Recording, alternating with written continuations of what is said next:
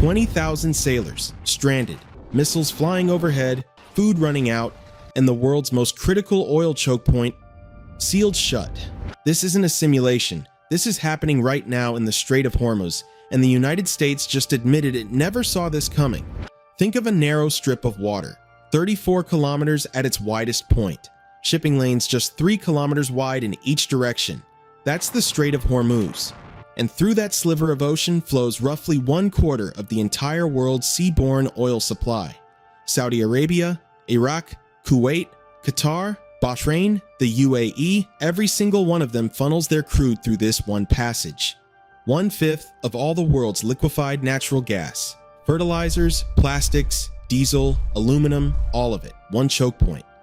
For decades, military planners called it the most dangerous waterway on Earth. They ran war game after war game, wrote report after report warning that Iran could bring the global economy to its knees by simply threatening to close it. Washington read those reports and then apparently forgot them. Here's where the story takes its first dark turn.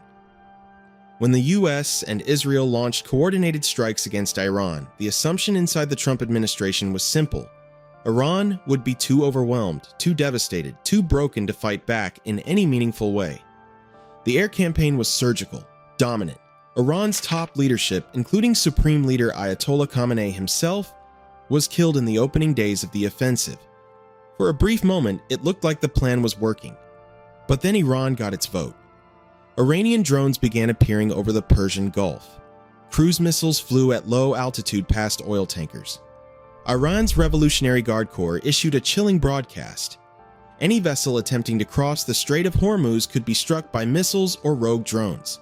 Just like that, one of the world's most vital trade routes became a war zone. Maritime traffic through the strait has now almost completely stopped.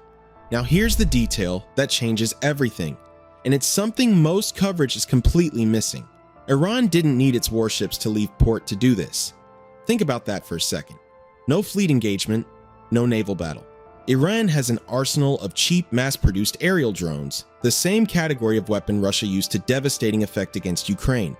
Combined with sea drones, GPS jamming systems, and the ability to lay mines in waters shallow enough to turn the entire strait into a maritime minefield. Over 1,000 ships in the Persian Gulf have already been hit by GPS signal jamming during this conflict. Captains navigating blind through one of the most confined, high-traffic waterways on Earth. A South Korean captain described it perfectly. Like a blind person feeling for a doorknob. And then came the moment that made Washington's jaw drop.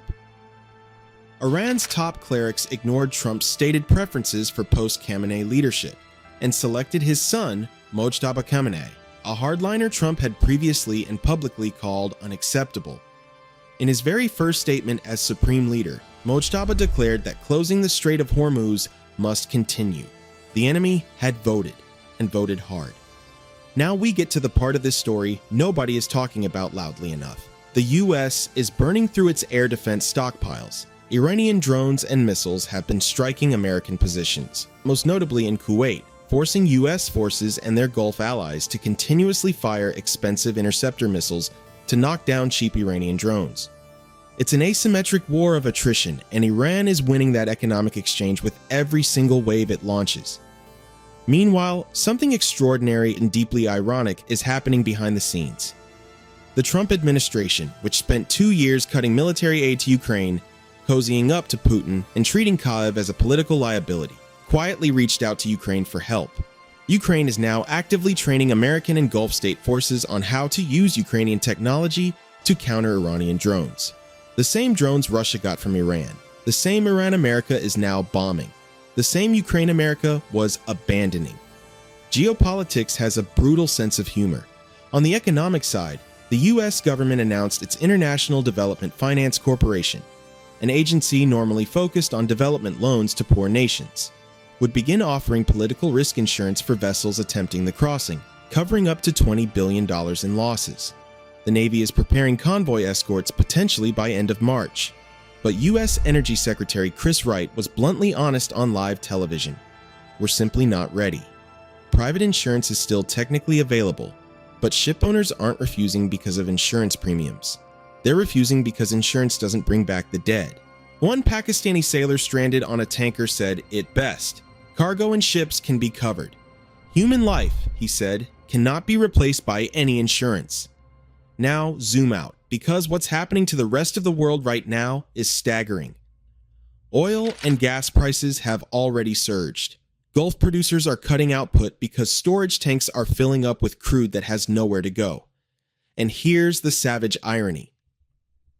While US allies suffer and global prices spike, Iran is currently exporting more oil than before the war began. Russia, which doesn't depend on Hormuz at all, is profiting spectacularly.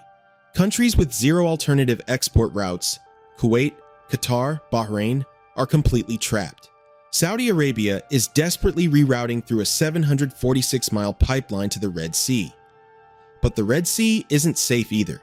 Houthi militants have already threatened to resume attacks on vessels there. The damage goes far beyond oil. Fertilizer shipments are being blocked just as Northern Hemisphere farmers prepare for planting season. Food inflation, crop price spikes.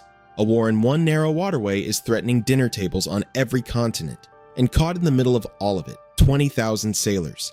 Men from Pakistan, Myanmar, South Korea, Bangladesh, India, running on ration meals of 4 small pieces of meat and 1 bowl of vegetables per day. Watching Iranian oil refineries burn on the horizon. Hiding inside cabins while fighter jets fire at each other overhead. At least one sailor has already been killed. Aboard the tanker Skylark on March 1st. These are not soldiers. They are not combatants. They are workers, and nobody is coming for them. So, where does this go? Because there are only a few paths forward, and none of them are clean. The first path, naval convoy escorts launch by late March. Iran backs down under sustained airstrikes, and a fragile ceasefire eventually forms around the new Khamenei government. Oil flows resume. Slowly, painfully. With permanently elevated shipping costs and a global economy that never fully forgets what just happened. The second path, convoy escorts begin, and Iran hits a US Navy vessel. America is no longer fighting an air campaign. It's in a full naval war inside the world's most strategically suffocating body of water. Some military analysts are already warning that the only way to truly reopen the strait may require ground forces inside Iran. That would be a war of a completely different scale, in a completely different era. The third path. The standoff drags for months. Oil prices stay dangerously elevated. The 20,000 stranded sailors become a global humanitarian crisis impossible to ignore. US alliances in the Gulf fracture under economic pressure, and the administration bogged down in a war with no exit strategy.